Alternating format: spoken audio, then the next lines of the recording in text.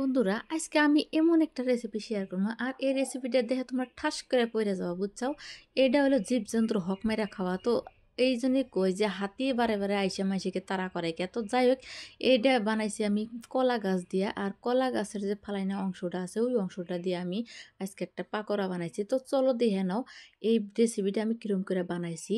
তো প্রথমে লাগবে কলা গাছের যে বাকলটা আছে না, ওই বাকলটা যদি বড় বড় কলা গাছের বাকল থাকে তাহলে খুবই ভালো হয়, মানে মোটা অংশ থাকা ভালো হয়।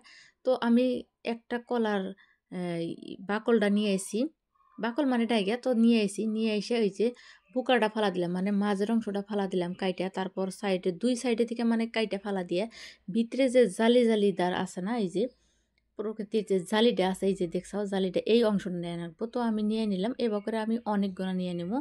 যে পরিমাণে আমি পাকোড়া বানাবো ওই পরিমাণ অনুযায়ী আমি এই ডাইগাটা কাইটা নেব। তো অনেকগুলো নিচে নেওয়ার পর নিজের পছন্দ মতো আমি শেপ দিয়ে নিতেছি, মানে কাইটা নিতেছি।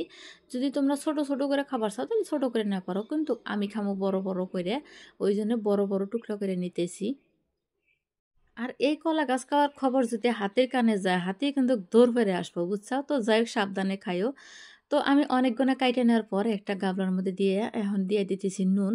মানে নুন দিয়ে মাহাতলি কী হবো, ওই যে ভিতরে যে একটা কষ্টা ভাব আছে, কলা গাছের যে একটা কষ্টা কষ্টা অংশ আছে ওইটা বাড়াই যাব। বেশিক্ষণ থোয়া নাগবো না, 5 থেকে 10 মিনিট সময় থুয়ে দিলে হবো নুন দিয়ে মাহায়া। তো আমি ভালো করে একদম ফ্রেশ করে মাহায় নিতেছি, যাতে সবগুলা কলার ডাইগের মধ্যে একদম ঢুইকা যায় নুন।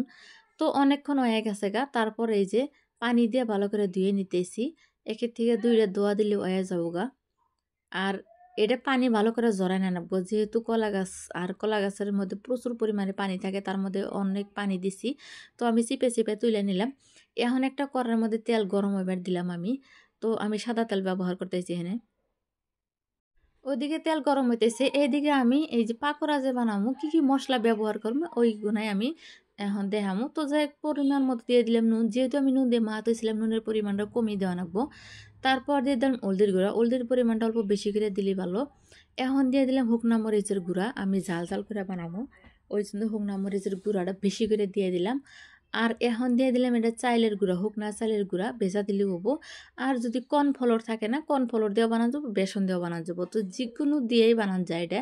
তো আমি চাইলের গুঁড়া দিলাম, আমার হাতের কাছে চাইলের গুঁড়া আছে। আর সাধারণত চালের গুঁড়া যাদের মধ্যে থাকে ওই জন্য চালের গুঁড়া দিয়ে সহজ হয়, আর সহজভাবে আমি তোমার হাতে শেয়ার করতেছি। কর্নফ্লোর দিলে আরও বেশি ক্রিপসি হবো, খাতে আরও বেশি স্বাদ লাগবো। তো যাই হোক, চালের গুঁড়া দিয়ে বানা নিলাম ভালো করে মাহায়াত। এখন তেলটা হিট হয়ে গেছে, এই যে সাইডে দিতেছি এক এক পিস করে এক পিস করে কলার খোসাগুনা যে মাহান হয়েছে। তো ওইটা কিন্তু ভালো করে মাহান রাখবো, মানে কচলা কচলা মাহান রাখবো, যাতে প্রত্যেকটা অংশের মধ্যে চালের গুঁড়া ঢোকে, ওইরকম করে মাহান রাখবো।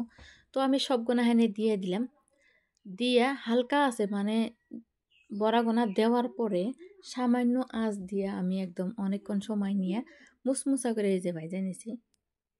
এই কলা গাছের পাকোড়া তো যারা যারা খাও নাই কোনোদিন, তারা তারা খায়া আমাকে কমেন্ট করে কিন্তু অবশ্যই জানাবা, আর কমেন্ট করতে কিন্তু ভুলবা না তোমরা।